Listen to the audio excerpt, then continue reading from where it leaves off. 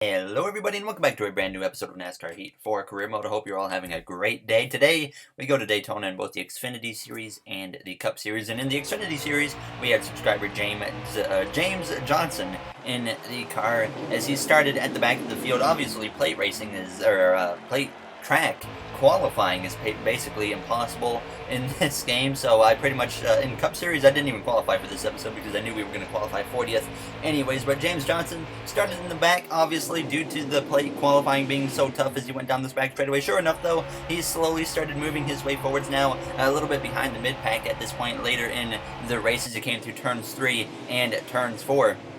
But he would continue to move his way a little bit farther forwards as he was closing in there. You see on the back of the 10, of Elliott Sadler, who is still considered a rival to our team as he came through now on the final lap through turns 3 and on the exit of turn 4. He actually kind of got stuck behind Sadler now as he was coming to the checkered flag, looking to the inside of Elliott Sadler as they were coming through down to the line. They're making big contact, and then they went crashing after the finish. There was Sadler take some hard hits, and so does James Johnson after the finish line here in Daytona. So big incident there at the end for him, and that would call it with the P28 finish. But now we would get into the Cup Series. Like I said, I didn't even qualify, so we're going to send it right to Rick Allen. NASCAR returns to Daytona for the running of the Coke Zero Sugar 400.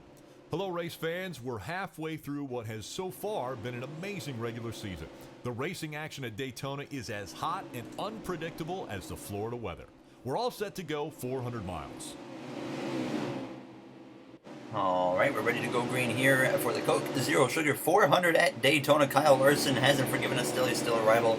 Chris Buescher isn't nearly as fast as expected. Joey Gase failed technical inspection, so he's starting at the back of the field. So get ready to go green here. As you see, a little bit of a new paint scheme on the car for this race. Like I said, we didn't qualify because I knew where we were going to qualify, so I decided to skip that completely now as we are underway here for the Coke Zero 400 at Daytona.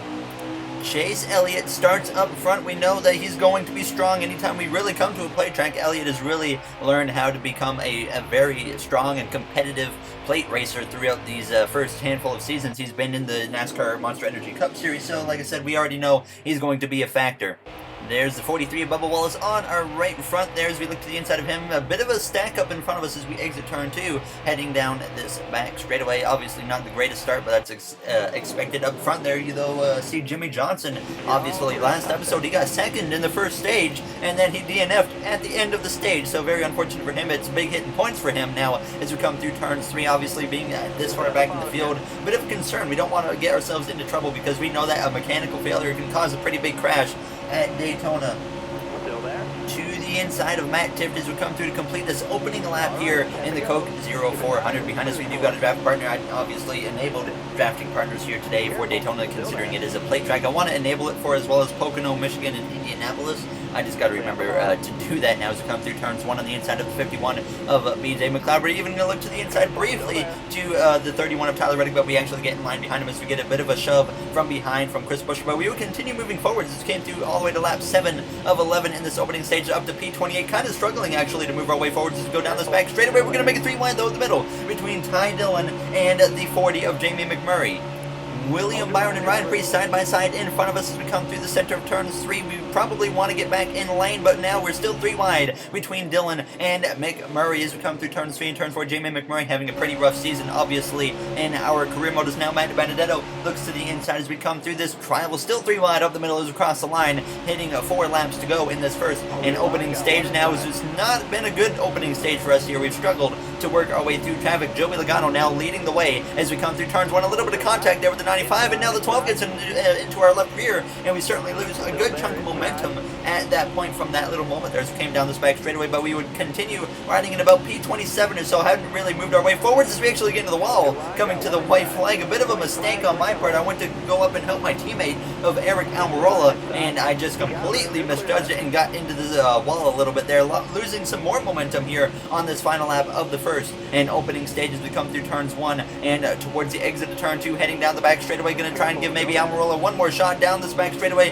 hook him up as a draft partner. He is a friend, so obviously he will definitely become a draft partner, as you see as we go down this back straightaway for the final time here in this first and opening stage through turns 3 and turns 4. We're actually going to look to the inside of our teammate of Almirola and get in line behind Matt Tifft as we come through turns 3 and on the exit of turn 4, getting all over the back bumper of Tifft now as we go down this front straightaway to between him and Paul Menard as we come through down towards the tri-oval, crossing the line. Not a good stage finish at all for us as we get awarded P28 here. So, not a good first stage for us as Denny Hamlin actually wins the stage, so his dominant start to the season continues, as obviously now we're kind of at the midway point of the season, but we would take 2 cans of fuel, 4 tires, and come out here P27. So we gain 1 spot on the pit lane. Starting behind our teammate, we've got 3 SHR cars lined up. Boyer, myself, and Almirola behind us now as we're ready to go green, and stage 2 is underway here at Daytona on the inside there of the 36 of Matt Tifft. I think this is going to be a good stage for us to move our way forwards. Obviously, the first stage didn't go like we had hoped it would go, obviously, so hopefully we can find our way forwards here as we go down towards turns 1. Not a great launch from myself, but now we're going to go for a quick crank it up here on this opening restart for the second stage.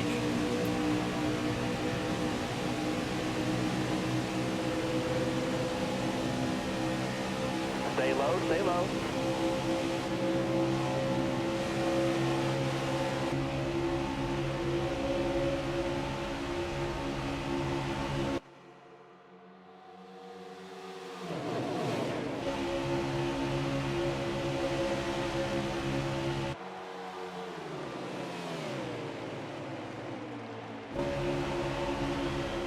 Careful, still there.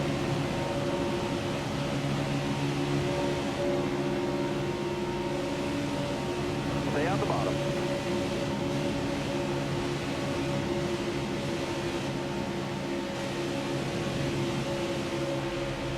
Still there.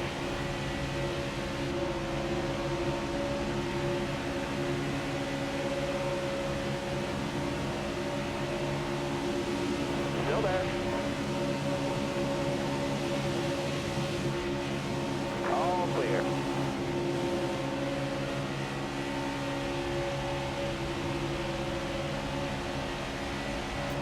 Alright, there was your crank it up as we complete that second lap. We will continue behind our teammate of Clint Boyer, moving all the way up to P12 on the back straightaway here on lap 3 as the caution actually would fly as we went down towards turns 3. So now this sets us up for a restart here in the second stage. As you see a car on the outside smoking, so that's clearly what brought out the caution. I couldn't figure out exactly who it was. It wasn't really clear there. As we would get ready though to go green here a little bit later in the second stage, Jimmy Johnson actually on the front row. While I said last episode they need consistency in that team, and maybe now he might find it here with 5 laps to go in the second stage behind Clint Boyer, our teammate. Behind us we got Kurt Busch. On the inside we got Chase Elliott coming through. Obviously, like I said at the beginning of the episode, Elliott started up front. We know he's strong as we go through turns 1 and turns 2. Not a good launch once again from myself as we have a car way on the outside there of Cody Ware in the 52. As we exit turn 2, Harvick looks to the inside. We get blown away on this restart now as we would continue though to fall back in line behind Jamie McMurray, trying to help him move forwards on the inside now of Kevin Harvick. And there's our teammate of Clint Boyer on the far outside now as we go down this back straightaway on lap 7 of 10 in the second stage. And now as we came through to the final lap of the stage, now hooked up with Jimmy Johnson as we went through turns 1 and turns 2. Chase Elliott had taken the lead as we were about to approach the back straightaway for the final time here in the second stage. So looking like in our position currently, we're not going to get stage points as we have a half a lap to figure something out as we go down the long stretch towards turn 3, giving Johnson another shot to the bumper. I was actually trying to help Jimmy get some stage points, but clearly that's not going to work as we go through turns 3 and turns 4 for the final time here in the second stage. Elliott continues to lead. Bowman, his teammate, in second place, and Priest and Jones battle for 3rd and 4th as we exit turn 4. On the inside now of Paul Menard and Parker Kligerman 3 wide as we come through the tri-oval, crossing the line. We get P10 in the second stage, barely getting stage points over Paul Menard as we do pick up obviously 1 point. Elliott with a playoff point here with the stage victory. Once again we would come to the pit lane and I was planning on taking 2 cans of fuel, 4 tires. We come out P9, so we gain 1 spot on the pit lane as we get ready to go green here for the 3rd and final stage in Daytona. It's been a pretty tame race so far now as the 3rd and final stage though is underway here at Daytona as we come through. It's actually a pretty short final stage. It's only 13 laps to go at Daytona International Speedway, so not really much longer than I think the first stage was only 12 or so laps, so I think we only have like an extra lap here in this 3rd and final stage. I don't even think we'll need to make a green flag pit stop. It's been been a while since we've made a green flag pit stop. Now as we come through turns 1 and turns 2, we would have green flag pit stops pretty much every race if the cautions wouldn't fly in that final stage. Now as we go down this back straightaway, Bowman tries to look to the inside of his teammate at Chase Elliott, but he's hung out to dry by everybody except for myself, who's on the inside. Priest maybe thinking about getting to the inside, and sure enough, he drops in line as well. Priest trying to find his way inside of the top 30 in the point standings. Last time we came to this racetrack at the Daytona 500, he won. So obviously, if he can get into the top 30, he'll be locked into the playoffs as we exit turn 4, heading down this front straightaway in through the tri-oval on the inside. Now the 62 of Brendan Gunn. Only 12 laps to go here in Daytona. Jimmy Johnson behind us, actually using us as a bit of a draft partner as we go down towards turns 1. Kyle Busch and Bowman hooked up pretty well on that top lane, but there's a bit of a checkup there as they get disconnected from being bumper to bumper, and now Elliott would take the lead. We would follow through, pushing Ryan Preece now, who was in second. We move up into P3 past Kyle Busch. Alex Bowman had gotten in behind us in trying to get the 4th position from Kyle Busch as he gives us a big shot to the bumper as we come through turns 1 and turns 2.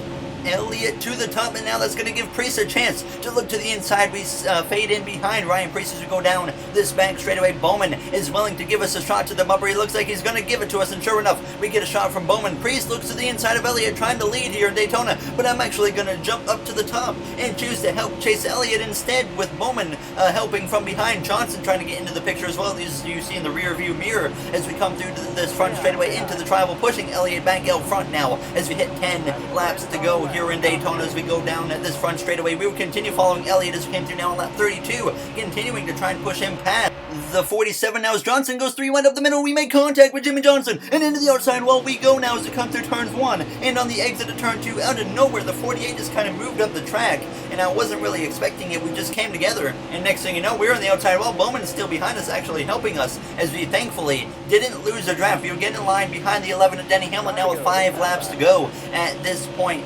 Elliott continuing to lead this race, and as we came through now to 3 to go, continuing to push Hamlin as he passed Jimmy Johnson there. As you see on the outside, he has fallen down the order. Behind us, we got Clint Boyer, our teammate, trying to be a draft partner, but he couldn't quite get to my bumper. But we got very lucky there to not get crashed in the Daytona race here as we come through out of turn 4. Look to the inside now, coming to the white flag at this point here in Daytona. Chase Elliott, though, has lost the lead to Kyle Busch as we come through crossing the line. The white flag is in the air. I got tired of waiting behind Hamlin because it was pretty evident we weren't going anywhere. Now as we look to the inside of Menard, kind of trying to break his ankles almost as I tried to swerve to the right and then deke back to the left as we came through turns 1 and turns 2 on the inside of the 4 of Kevin Harvick as we exit turn 2, heading down this back straightaway. Eric Jones, Matt DiBenedetto all up ahead as Kyle Busch, though, is side by side now with Chase Elliott, who looks to his inside as we go down this back straightaway towards turns 3 and turns 4 for the final time. McDowell moves through into P2, but Elliott leads the way as we come through turns 3 and turns 4. We have moved our way back forwards, but not enough time remains here in Daytona as Kyle Busch fades and Chase Elliott looking for win number 2 on the season, and it's going to happen as we come through the tri-oval. Chase Elliott wins in Daytona. We get P4 here. A great comeback there after having that contact with Jimmy Johnson, in my opinion, so I was very happy with that. Johnson finishes P19. I wasn't quite sure what happened with Jimmy, obviously, but Larson all the way down to 37th. He's had a rough stretch recently. He's not very safe in the playoffs right now, as I said after the race. Not sure what happened with Jimmy, but we got a good result after that contact, and then we have actually some positive messages from drivers after the race, so that's always good to receive. Ryan Truex says we want to join for some karaoke later. Not sure about that one. I can't really sing very well, but as always, if you guys did enjoy this episode, make sure to comment, like, and subscribe. Those would all be very, very appreciated. Here is the point standings once again. Ryan Preece, with a very good effort today, has moved back into the top 30 in points, so now he actually finds himself currently inside the playoffs, putting Larson out. Almirola is out right now. Johnson, Menard, they're all about 50 points out. Byron, he definitely needs to get something going very quickly, but that will do it, like I said, for this episode. In the next one, we go to Kentucky, a track where hopefully we can run strong. So thank you for watching, everyone, and have yourselves a great day.